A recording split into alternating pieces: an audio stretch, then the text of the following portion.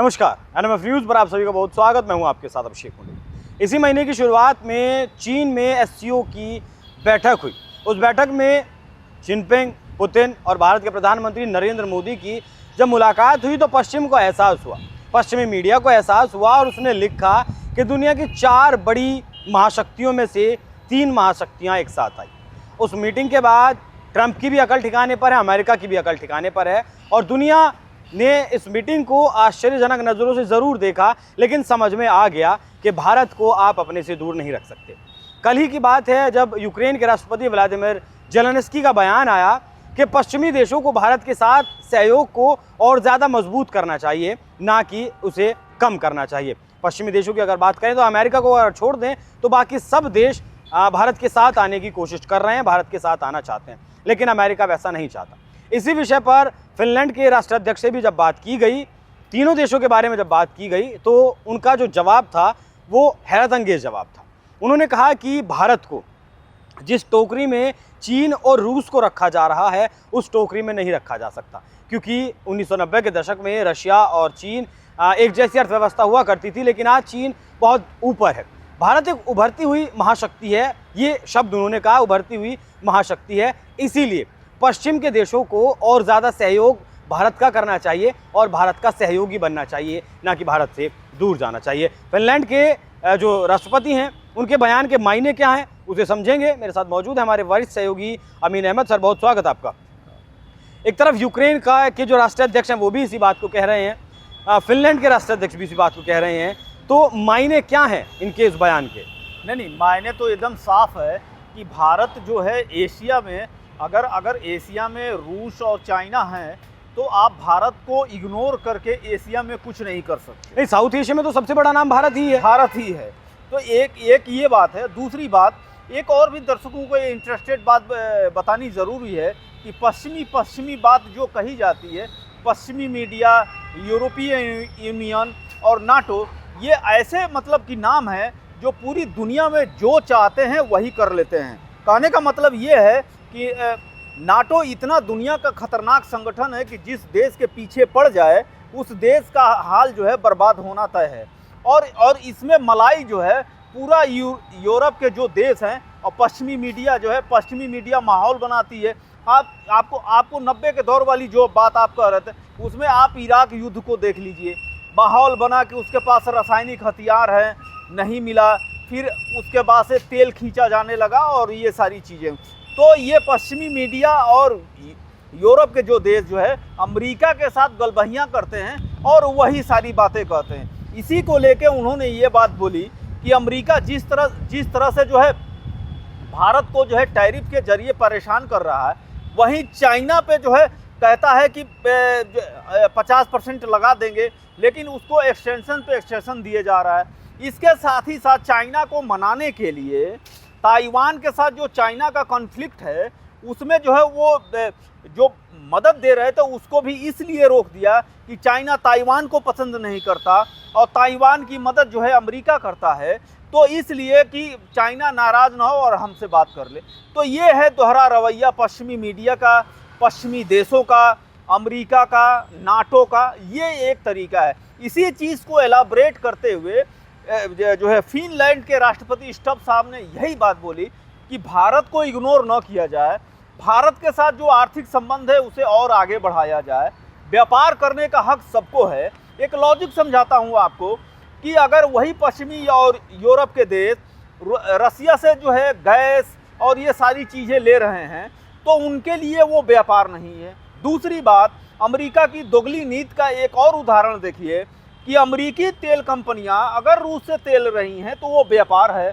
भारत अगर अमेरिका से रूस से तेल ले रहा है तो वो गलत है, इस पे हम सेंक्शन लगा देंगे। यही सारे मामले का जड़ है कि सारा मलाई जो है हम खाएं, बाकी किसी को कोई न खाने का हक है, न जीने का हक है, न पहनने का हक है, न सोने का हक है, न खुशी मनाने का हक। कुल मिला जुला के इसी बात को एलाबरेट करते हुए स्टब साहब ने यही बात बोली कि सबको एक नज़रिए से न देखे, भारत को एक अलग नज़रिए से देखे, चाइना को अलग नज़रिए से देखे, रूस को अलग नज़रिए से देखे और व्यापार में जो आर्थिक बढ़ोतरी हो, व्यापार जो हो रहा है उसे आगे बढ़ाया जाए।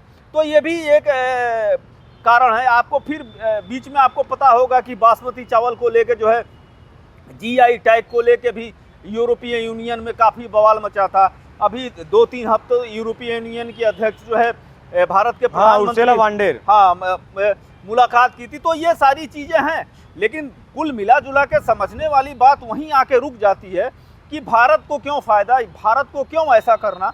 तो ये एक रणनीति है। अमेरिका में आप देख लीजिए कि सभी बड़े पदों से लेके हर जगह जो है गोरे हैं, कालों को वो इस तरह से सताते हैं। तो ये नहीं चाहता कोई कि जो है कोई दूसरा देश हम लोगों की बराबरी करे। तो ये एक तरह से उसी की नीति थी जिसकी बखिया उधेड़ते हुए भारत का समर्थन किया और ये बताया कि पश्चिमी मीडिया जो अपने 2 चश्मे लगा के देखती है, उन चश्मों का जो है लेंस जो है उसका पावर जो है एक लेवल में कर ले कि भारत वो नहीं है और इसको एक अलग नज़रिए से देखे। ये बात अमेरिका क्यों नहीं समझ पा रहा है? यूक्रेन भी इस बात को समझ रहा है, जिस यूक्रेन को अमेरिका मदद कर रहा है। फिनलैंड इस बात को समझ रहा है, यूरोपियन यूनियन के सारे देश समझ रहे हैं, क्योंकि FTA भारत के साथ करना चाहते हैं और उस FTA का लगभग 40% जो बातचीत थी वो पूरी भी हो चुकी है। इस साल के अंत में आपका FTA यूरोपियन यूनियन के देशों के साथ हो भी सकता है। इस साल के अंत में नहीं होगा तो अगले साल की शुरुआत में तो हो ही जाएगा। ब्रिटेन के साथ आपका FTA हो चुका है। दुनिया भारत के साथ व्यापार करना चाहती है। अमेरिका का भी ये दावा था, दोनों देशों के बीच रणनीति भी थी भारत और अमेरिका के बीच कि 2030 तक दोनों देश अपने व्यापार को $500 बिलियन तक लेकर जाएंगे। लेकिन अब अचानक से ट्रंप के ऊपर ऐसा क्या हावी हो गया, क्या ऐसा समझ नहीं आ रहा है ट्रंप को कि मतलब भारत से लगातार वो दुश्मनी मोल लेने के पीछे पड़े हुए हैं। नहीं, इसका कारण एक जो है भारत में सामंतवाद की जो परिभाषा आप देखते हैं कि एक ही इलाके में एक ही बहुत बड़ा पैसे वाला सबको दबा के रखने वाली चीज़ है, वही सामंतवाद अमेरिका के ऊपर चल। आपको मालूम है, हमको मालूम है, दर्शकों को मालूम है, सबको मालूम है कि पाकिस्तान एक भिखमंगा और कटोरे वाला देश है। उसको सिर्फ डॉलर चाहिए। आपसे कल हमारी चर्चा हो रही थी तो उसमें बातचीत हो रही थी कि 80 के दशक में जो आतंकवाद अमेरिका ने पैदा किया रसिया को अफगानिस्तान से हटाने के लिए, वही शैतान ओसामा बिन लादेन जो है अमेरिका के पीछे पड़ गया और क्या किया 9/11, ये पूरी दुनिया का इतिहास जानता है। तो भारत जो है, भारत चाहता है कि अमेरिका उसके साथ लेवल में बात करे। अमेरिका चाहता है कि जिस तरह से दास्ता और गुलामी की तरह जो है दांत निपोर के और दांत वो करके सामने बढ़ता है, पाकिस्तान उसी तरह से भारत करे। जबकि भारत अगर अमेरिका से 1 to 1 कर रहा है तो हाथ मिलाएगा और एक लेवल की बातचीत होगी, पाकिस्तान की तरह से बातचीत नहीं होगी। यही एक बहुत बड़ी जड़ है। अमेरिका को लगता है या अमेरिकी पेंटागन को लगता है, उनके रणनीतिकारों को, कि अमेरिका से भारत आंख में आंख मिला के बात करता है, जबकि पाकिस्तान या और देश जो है जी हजूरी वाली बात करते हैं। ये मुझे लगता है कि दिल में उनके जो है ये बहुत ज़्यादा खचोटती है ये बात। देखिए, अलेक्जेंडर स्टब्स ने ये कहा है कि भारत के साथ आपको सम्मानजनक विदेश नीति अपनानी होगी। जिस तरीके से बार बार भारत को अपमानित करने का काम ट्रंप कर रहे हैं वो नहीं चलेगा।